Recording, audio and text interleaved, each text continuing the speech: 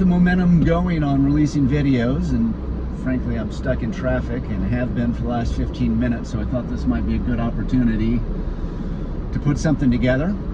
Today what I want to do is put a video together on installing inspection ports and also drying out a waterlogged Sunfish. So let's get started.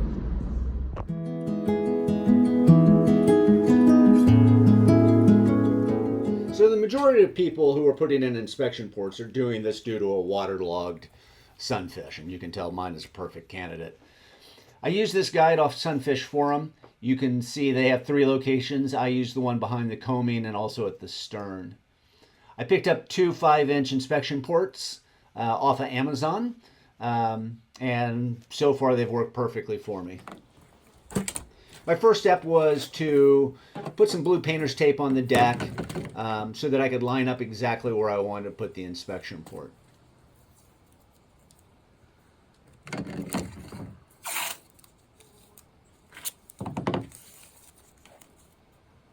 I'm trying to establish initially is where my center line is on the boat. I'm using 2 drill holes that were from the old style rudder, assuming that those were very accurate as they came from the factory of hitting center line.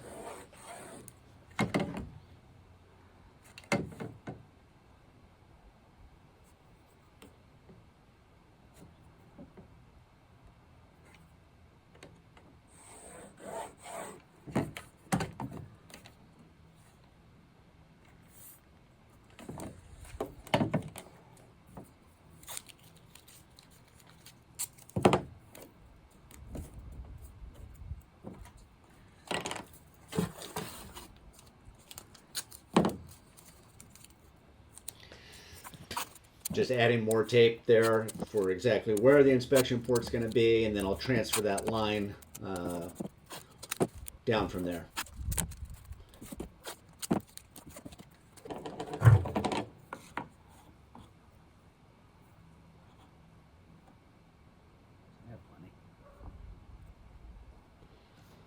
Now when you actually want to stencil the outline of where you're going to cut, you're going to use the lid and turn it upside down, and that will mark the opening perfectly.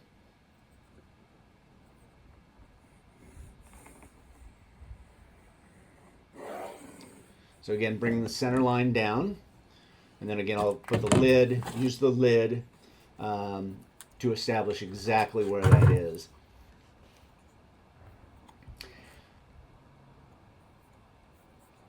Now I'm using a Sharpie here. I think initially I created a line with a circle, but decided that the Sharpie would be beneficial once I started cutting. It would be easier to see. So I'm taking a look at it now, and I'm not really happy with where I had laid it out. So I've made an adjustment and decided to move the port a little further forward.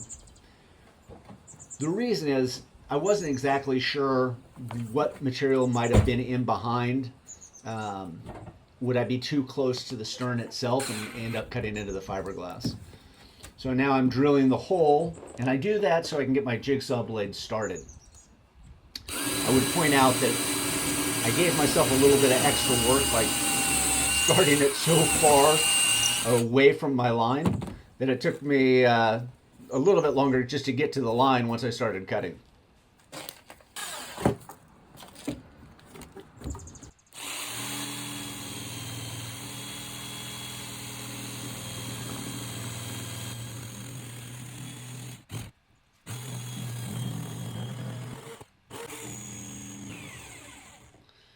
And I have to move my drill bits before they fall off. The cockpit makes a perfect place to put your tools.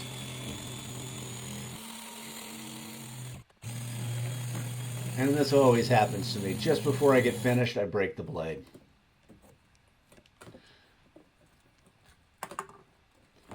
And now with a new blade installed, I can't get it back in the old cut, so I have to start back at the original hole. So close.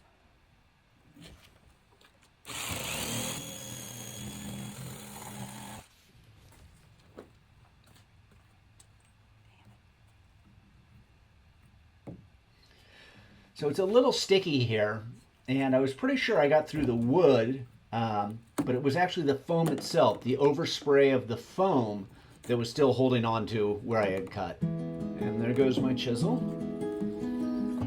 And let's try one more time. There it goes again. So now I'm just taking a look at what I see down there.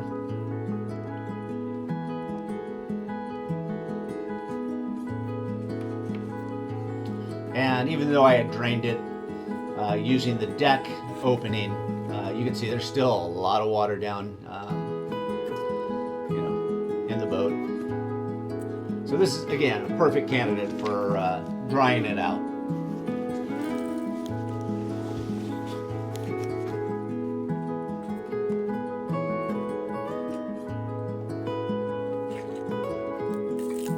And now I'm going to move on to the front and doing the exact same process. Putting down the painter's tape, using the lid upside down to create the cut stencil. A little smarter this time with the hole closer to the line I'm going to cut. And this one cuts a lot easier because it doesn't have the wood backing. So it's just the fiberglass itself. And now I'm ready to put in the fan. I picked this fan up from Craigslist used. Didn't know anything about it. It just looked like it would be a perfect fit, and it certainly was. It brings in quite a bit of air, but it's not super forced like a leaf blower. It's not near that much. It is a 4-inch inline duct fan. Once I looked it up afterwards, because I didn't know really what its purpose was, it looks like it's actually used for grow houses. And you can pick them off Amazon. Here's one, what's around about $27. So, to me it worked good. It was nice and quiet. So I'm now drilling the holes to mount the inspection port onto the deck. Note that I have the lid back in place. The ring itself will flex a little bit, so you want the lid in place so that when you mount it, the ring doesn't distort. And, if you would do it separately, it's possible the lid would not screw in easily. So, you treat it now as kind of one unit. I'm using 3M 4000. It's a UV marine adhesive. It flexes a little bit, which is perfect for this usage. These tubes run, I think, around about $25. Unfortunately, I've been told they don't last a long time once they've been opened, and you're just not going to use that much of it installing inspection ports.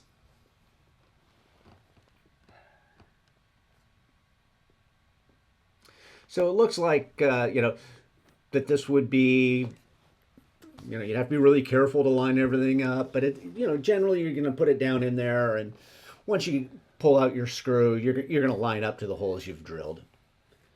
And I'm using stainless steel, essentially just a wood screw.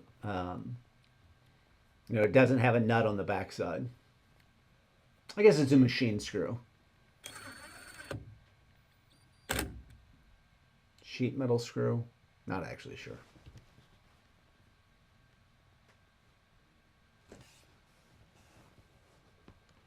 And you can start to see that once I tighten it down, that bead of caulk is starting to push to the outside.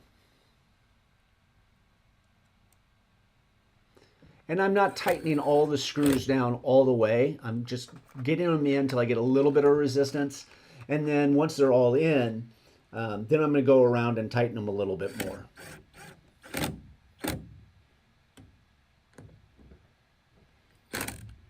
And I kind of using kind of that star pattern of going from one side to the other, giving each one a little bit of tightening. Sort of like you would do with changing a tire.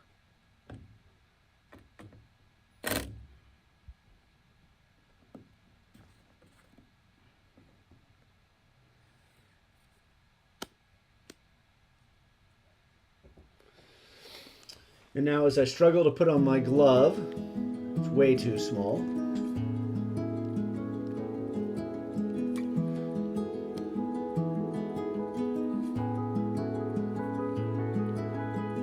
Okay, now I'm going to run my finger around where the caulk has pushed out a little bit, and I'm going to make it more uniform, make sure any voids are filled.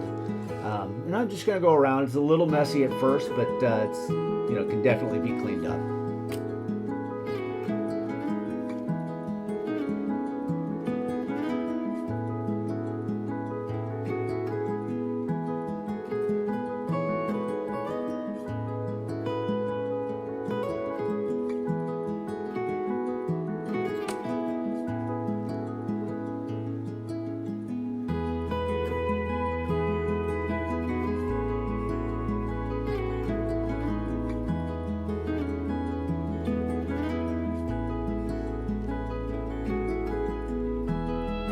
Just by turning the rag, you can always get kind of a clean spot that doesn't have caulk on it.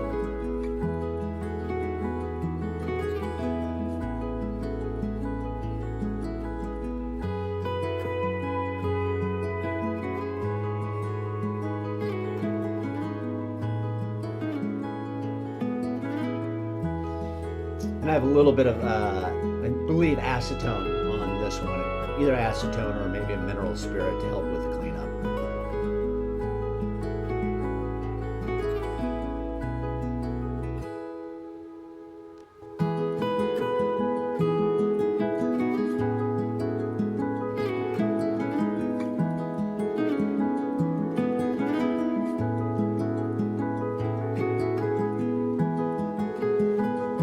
Now you can see I'm moving on to the front inspection port, just repeating the process, nothing really new or different for this port.